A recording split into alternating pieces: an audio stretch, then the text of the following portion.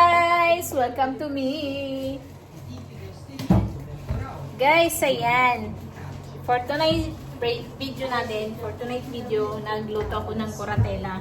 Hindi ko na videohan kanina yung paglaga ko pa lang, tapos paggayat-gayat, ganito.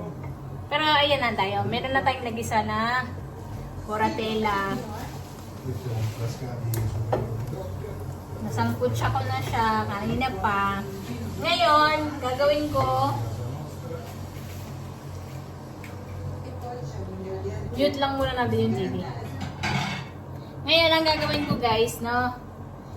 Titikman ko muna bago tayo maglagay ng itlog kung ayos lang ba yung lasa. Nalagyan ko na siya ng paminta, nalagyan ko na siya ng asin. Ngayon, titikman natin. Kanay. Itong kuratela guys, tinatawag dito nila sa Italia, kuratela. Kumbaga, ano to, yung sabihin na natin laman loob at balon-balunan ng kambing or ng usa. Tama ba? Questo è carne di... Come si chiama? Agnello? Yun. Usa. Tapos, sa atin sa Pilipinas, parang ginagawang bupis yung kanya. Ayan. Pero hindi ko na siya lalagyan ng carrots. Ayan.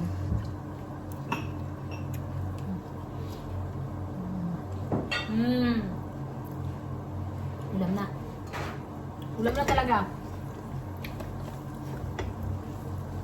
Pero ngayon, lalagyan pa natin to ng itlog.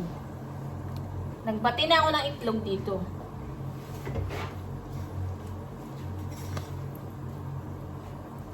Pakita ko sa inyo ng malapitan. So, ayan guys, yung ating kuratela na nagisa. Ngayon, ilalagay ko dyan yung itlog. Ito yung itlog na may paminta na, may asin, ganyan. Yan lang din ang imimix ko dito. So, yan o.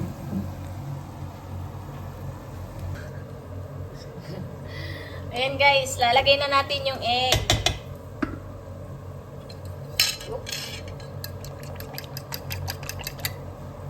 Ilalagay na natin yung egg natin dito.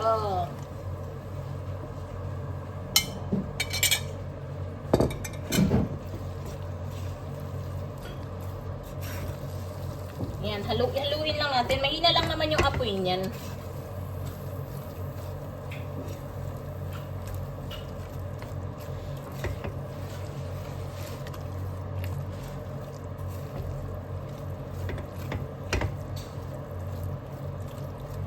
Ngayon, guys, lakas-lakasan ko na konti yung apoy. Masarap sana nito at saka colorful kung meron tayong mga gayat-gayat na carrots or bell pepper. Yung mga atsyal ba? Ang lagay natin atsyal na green, atsyal na pula, atsyal na dilaw. Tapos may carrots pa, di ba? Maganda tignan.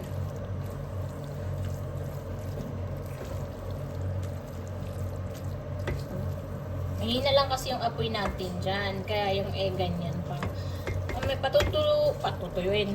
Medyo patutuyuin natin siya ng konti. Kailangan lang natin siyang i-mix.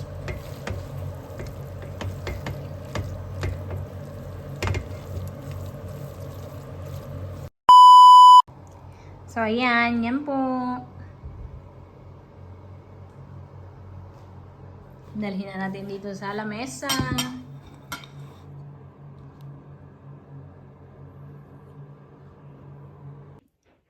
So, ayan guys, dito po tayo nagtatapos sa ating video, sa ating pong pagluluto ng kuratela. Sana po ay nagustuhan po ninyo. At huwag niyo pong kalimutan, mag-like, comment po dyan sa baba, at syempre, i-share yung ating video.